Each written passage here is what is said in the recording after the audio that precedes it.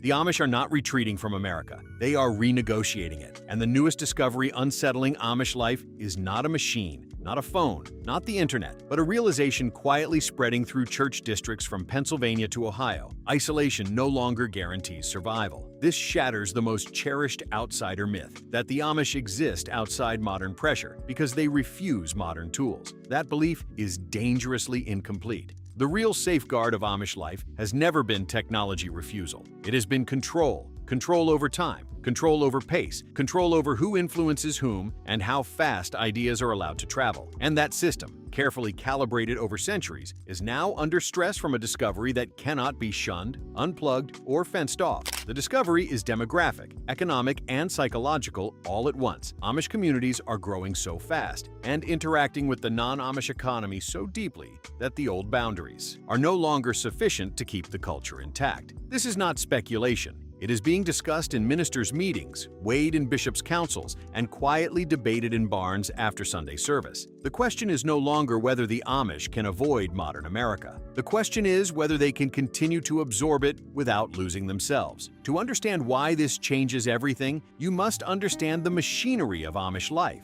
Not the visible parts, but the hidden ones. The Amish are governed not primarily by the Bible as outsiders imagine it, but by a living document known as the Ordnung. This is not written down in full. It is remembered, enforced, and adjusted communally. The Ordnung dictates clothing fasteners, permissible work tools, acceptable business relationships, transportation methods, and even how humility itself must be displayed. It is the Ordnung, not electricity, that keeps an Amish community Amish. And the Ordnung was designed for a slower world. For generations, its power rested on predictability. Children learned by watching. Adults submitted because deviation meant consequences. Those consequences were not dramatic punishments, but something far more effective: social friction, restricted cooperation, quiet correction, and in severe cases, a maidong, shunning.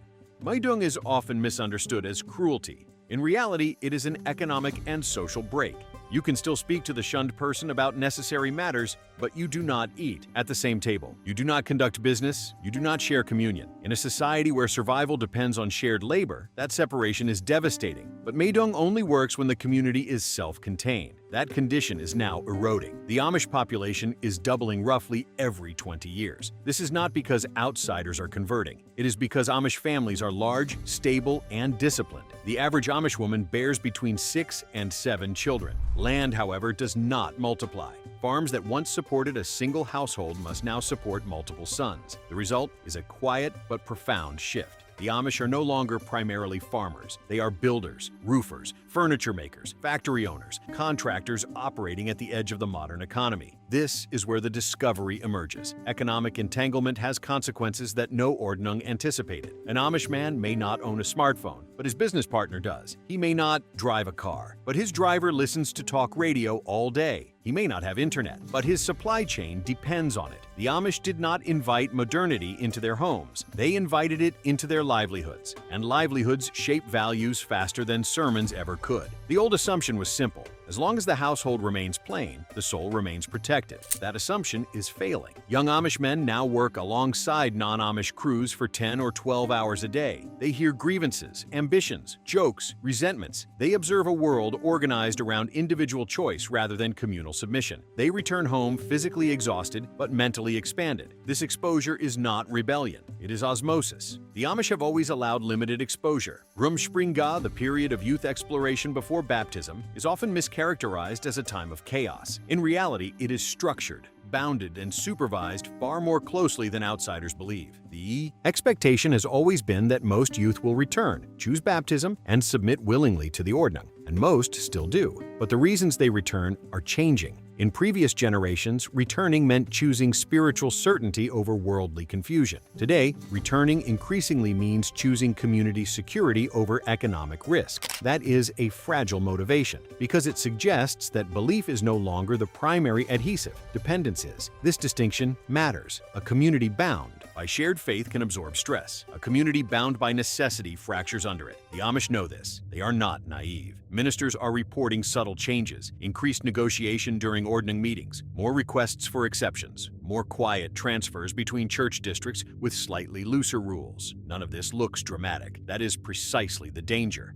Amish culture does not collapse through revolution. It erodes through precedent. One small allowance becomes another. Steel wheels become rubber tires, for business use only. Battery tools appear on job sites, owned by the English, operated by the Amish. Cell phones are kept in trucks, not homes. Each rule remains technically intact. The spirit shifts. And then there is the matter no one discusses publicly: psychological strain. The Amish are raised to suppress individual desire in favor of collective harmony. This produces remarkable stability. It also produces invisible pressure. When economic realities demand constant interaction with a value system that celebrates self-expression, ambition, and autonomy, the contrast becomes painful. Some endure it, some internalize it, some leave. Leaving is still costly. Baptized members who depart risk Maidong, families fracture, parents mourn children who are alive but socially unreachable. This trauma is born quietly, without therapy language or public reckoning, but it accumulates. The discovery, then, is not that the Amish are changing. They always have. The discovery is that the mechanisms that once slowed change can no longer keep pace with the forces now pressing in. This has triggered a subtle but decisive shift in Amish leadership thinking. The focus is moving from prevention to triage. The question is no longer, how do we keep the world out? It is, which parts must we keep out to survive? That is a fundamentally different posture. It requires ranking threats.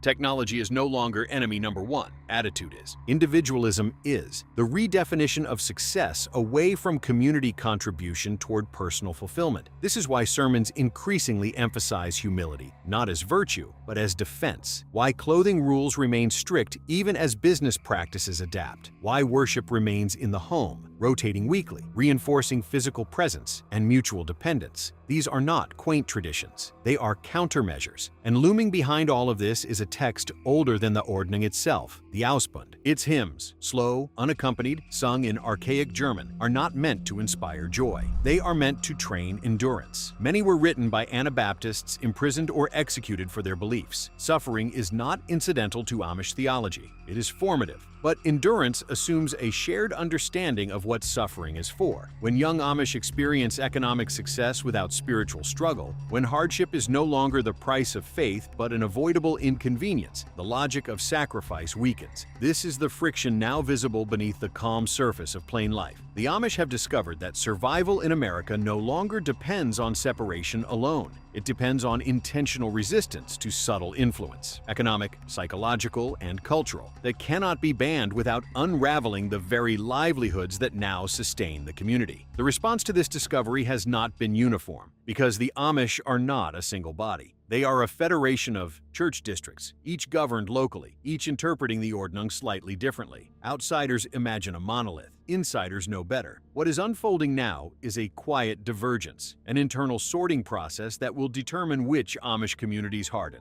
which adapt, and which slowly dissolve into something else. The pressure point is authority. Amish authority does not flow downward from a central institution. It flows inward from consent. Bishops are not appointed for charisma or theological innovation. They are selected for steadiness, humility, and their willingness to absorb tension without dramatizing it. Their power depends on trust, not enforcement. That trust was easier to maintain when the rules were clearly protective and the outside world was visibly corrosive. That clarity is gone. When an Amish roofing crew earns in a week what a farm once earned in a season, the moral calculus shifts. Wealth itself is not forbidden, but its effects are feared.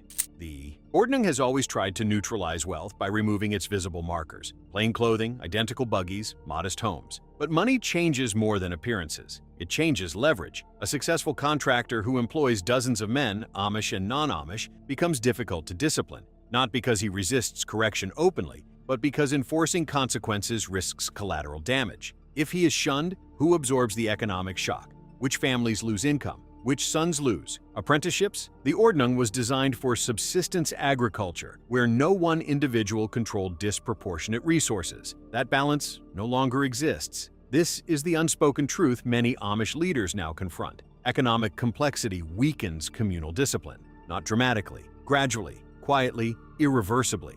As a result, some districts are tightening in visible ways. They emphasize stricter dress codes, more conservative transportation rules, harsher interpretations of Meidung.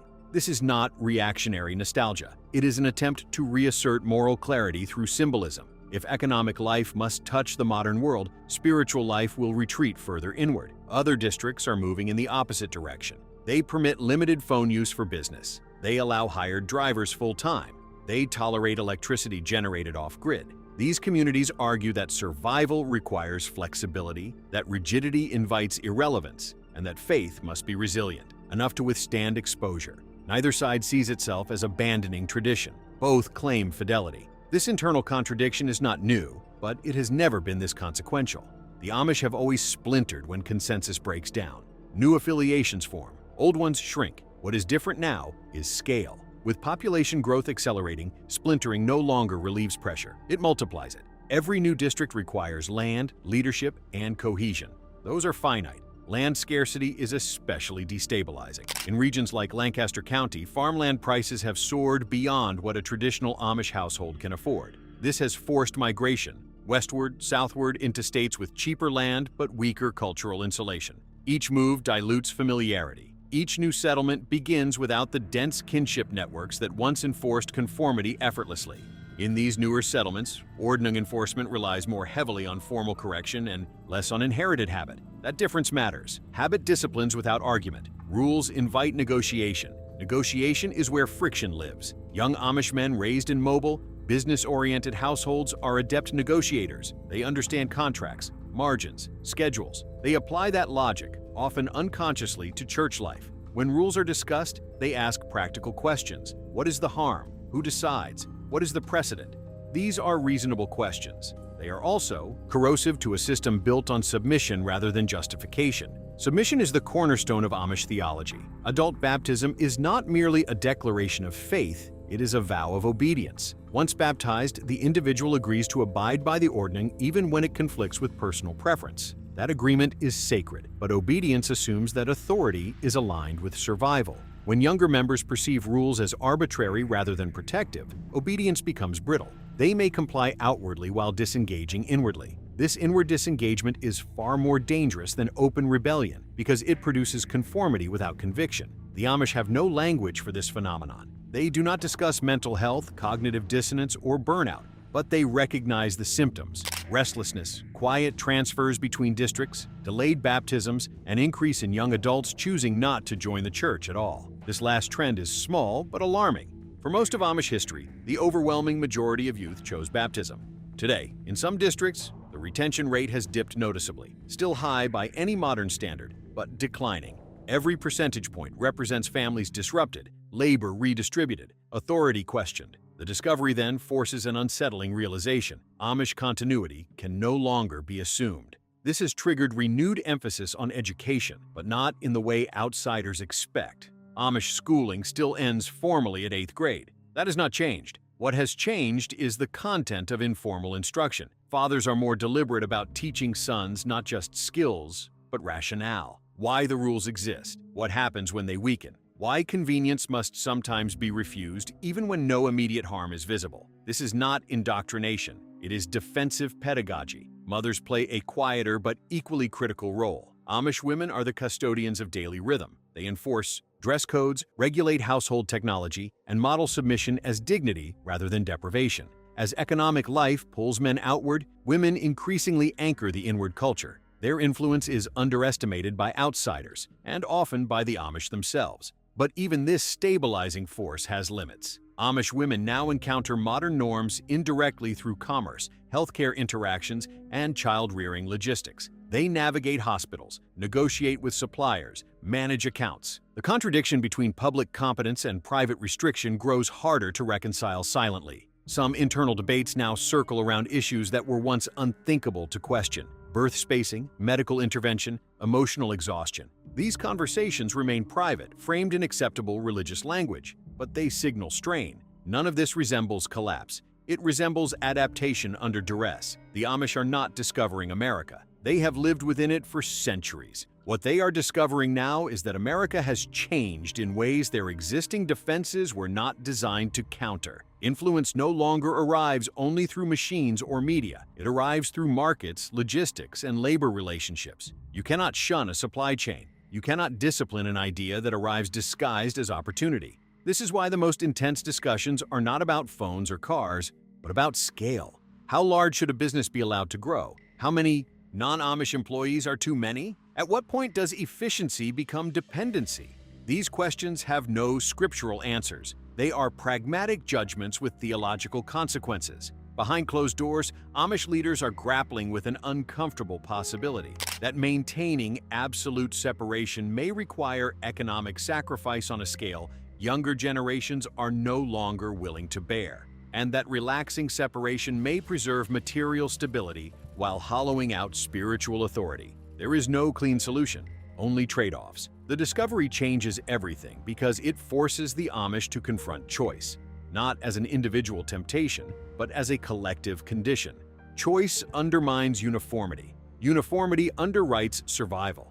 How the Amish resolve this tension will not be visible in headlines. It will surface in subtle ways. Which districts grow, which shrink, which quietly vanish into the surrounding culture. The story is unfolding now, not in protest or spectacle, but in meetings, marriages, and migration decisions that rarely attract attention. And beneath it all lies a deeper question the Amish are only beginning to face: whether a community built to resist the world can continue to do so when the world no longer needs to knock to get inside.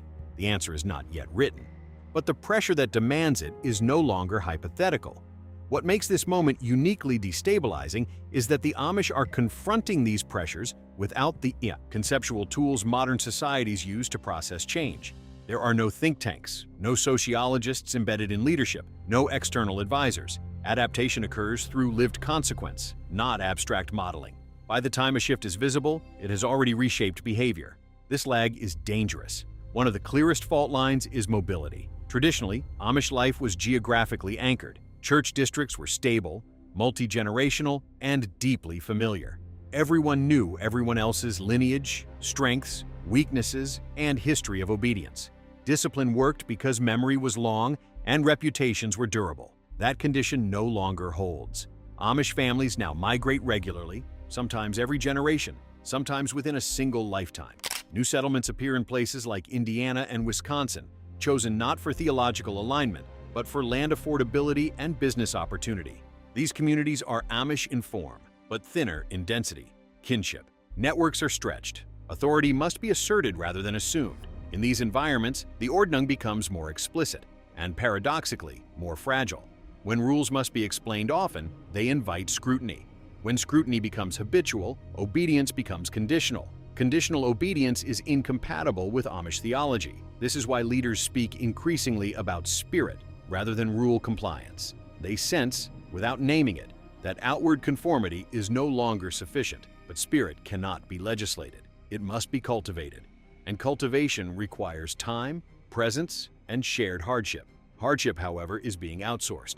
When a barn burns, the community still gathers. When illness strikes, support still flows. But many forms of daily hardship that once reinforced dependence have been mitigated by cash, contractors, and external services. The Amish have not embraced comfort openly, but they benefit from it indirectly. This softens the edges that once kept the group tightly bound. The danger here is subtle. When mutual dependence weakens, discipline loses its moral force and becomes procedural. Meidung, in such a context, begins to resemble punishment rather than protection. That perception shift is lethal. Younger Amish are not rejecting faith wholesale. They are questioning cost-benefit alignment. When they see peers leave and survive, sometimes thrive, without catastrophic consequence, the threat model collapses. Shunning loses its sisura, deterrent power when the outside world is no longer experienced as existentially hostile. And the outside world has learned how to accommodate the Amish. Banks design Amish-friendly financial products. Contractors structure businesses to skirt Ordnung restrictions. Non-Amish neighbors adjust zoning, road use, and labor practices. This accommodation is often framed as respect. In effect, it reduces friction. And friction is precisely what once made separation meaningful. A boundary without resistance becomes symbolic. The Amish discovery, then, is not merely internal, it is relational. They are discovering that modern America does not need to assimilate them aggressively to transform them. It only needs to cooperate. This realization has sparked anxiety among conservative leaders.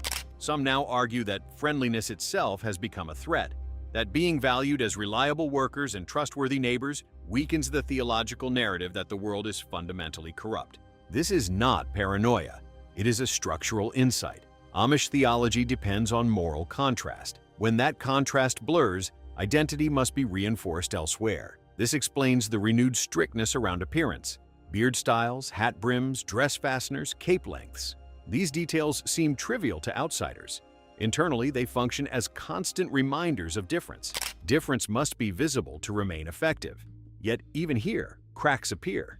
Uniform dress loses potency when worn in spaces dominated by non-Amish norms. A plain coat on a job site does not isolate. It distinguishes. Distinction invites curiosity, respect, even admiration. Those responses feel good. They validate rather than marginalize. Over time, validation undermines the emotional logic of separation. The Amish are not supposed to be admired. They are supposed to be obedient. This tension is especially pronounced among young men. Masculine identity in Amish culture has traditionally been tied to endurance, physical labor, and submission to authority. Modern economic success reframes masculinity around competence, leadership, and earnings. These two models are not easily reconciled. When a young man supervises a crew of non-Amish workers but must submit unquestioningly to an older bishop whose authority is spiritual rather than operational, cognitive dissonance emerges. He learns to compartmentalize. Compartmentalization becomes habit. Habit becomes identity fracture. Again, there is no language for this. It is lived, not articulated. Women experience a parallel but distinct strain. As households rely more on income from external-facing businesses, domestic labor patterns shift. Time pressure increases. Expectations remain unchanged. Emotional fatigue accumulates. The Amish ideal of joyful submission becomes harder to sustain when daily rhythms accelerate. Some respond by doubling down, embracing tradition more fiercely as refuge. Others quietly disengage, performing roles without internal assent. Neither response resolves the underlying tension. This is where the discovery becomes existential. The Amish system was built to regulate behavior, not belief. Belief was assumed to follow structure. That assumption held when structure dominated all aspects of life. As structure loosens, economically, geographically, relationally, belief no longer follows automatically. Leaders sense this intuitively. They preach more frequently about Gelassenheit, yieldedness, humility, surrender. These sermons are not nostalgic. They are corrective. They attempt to re-anchor identity in posture rather than practice. But posture is difficult to enforce. The most revealing indicator of strain is silence. Amish culture prizes restraint. Conflict is handled privately. Dissent is rarely voiced publicly. When internal disagreement grows, it does not erupt. It diffuses. Families relocate. Youth delay decisions. Districts subdivide. On paper, everything appears stable. Stability masks drift. What the Amish have discovered, perhaps reluctantly, is that the mechanisms that once guaranteed continuity now require constant recalibration. Tradition is no longer self-sustaining. It demands strategic defense. This marks a psychological shift. The Amish have long understood themselves as faithful holdouts, preserving a way of life against external decay. Now they must think like stewards managing risk in a dynamic system. That mindset itself is modern. There is irony here that few inside the community would articulate. The more intentionally the Amish manage their survival, the more they resemble the world they seek to resist. This does not mean they are failing. It means they are at a threshold. What happens next will not look like abandonment or assimilation. It will look like differentiation. Some Amish groups will harden into insularity, accepting economic marginalization to preserve clarity. Others will continue integrating economically while tightening symbolic boundaries.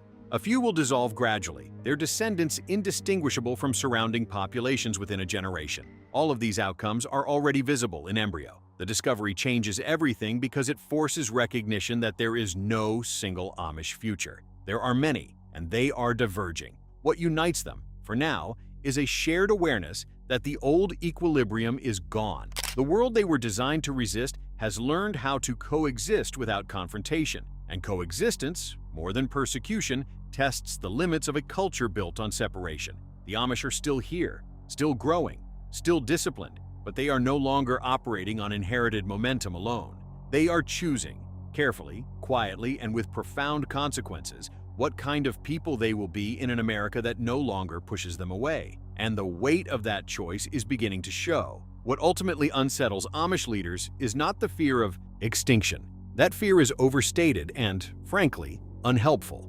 The Amish are not disappearing. Their birth rates alone make that clear. What unsettles them is something far more difficult to confront: the possibility that survival and faithfulness may no longer be the same thing. For centuries, those two concepts were aligned. To survive as a people, the Amish separated. To remain faithful, they submitted. Separation produced clarity. Submission produced cohesion. The world outside functioned as a moral foil: loud, unstable, indulgent. Inside the community, restraint made sense because the alternative looked visibly hollow. That contrast has softened. America no longer appears only as a source of temptation and decay. It appears as a partner, a customer, an employer, a collaborator. It praises Amish work ethic. It markets Amish craftsmanship. It adjusts to Amish sensibilities. This friendliness is not malicious, but it is disarming, and it undermines the emotional architecture that a once-made refusal feel righteous rather than costly.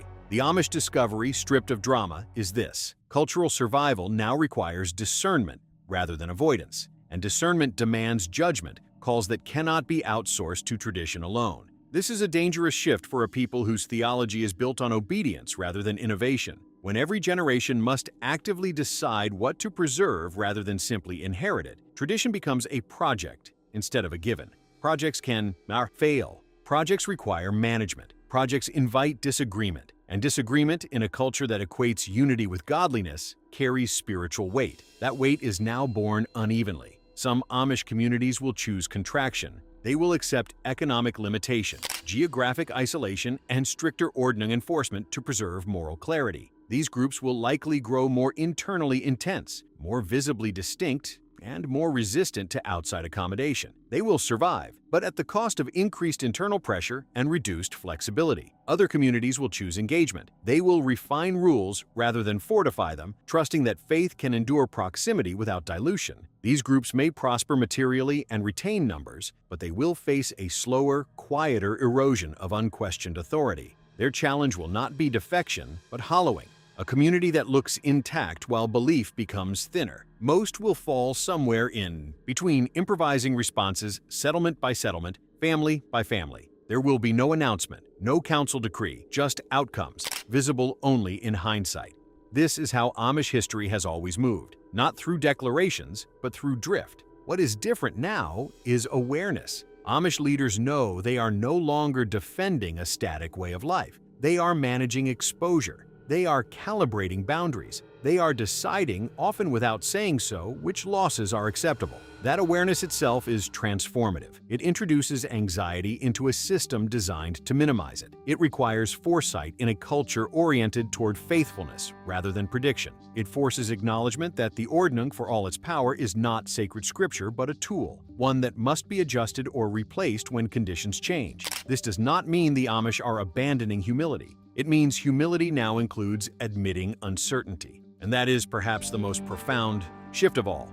For outsiders, the temptation is to frame this moment as contradiction or hypocrisy. Phones without ownership, trucks without drivers, businesses without modern values, workarounds that appear clever or disingenuous depending on perspective. That framing misses the point. These are not loopholes. They are compromises made under pressure by a people trying to remain coherent in an environment their ancestors never faced. The Amish are not frozen in time. They never were. They are conservative in the literal sense. They conserve, and conservation requires active judgment about what matters most. The discovery that changes everything is not technological or economic.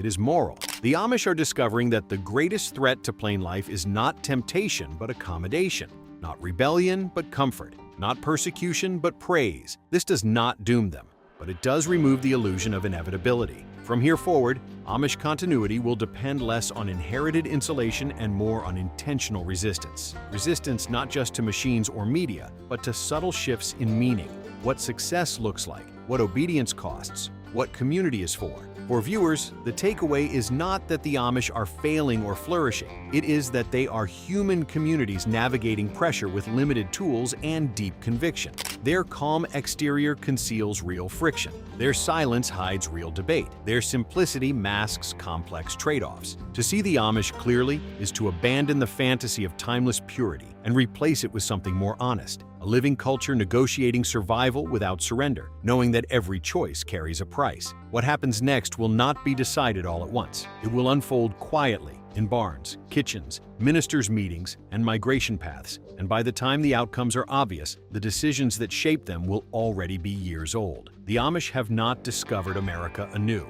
They have discovered that America has changed, and that staying plain now requires a level of vigilance, intentionality, and sacrifice that can no longer be taken for granted.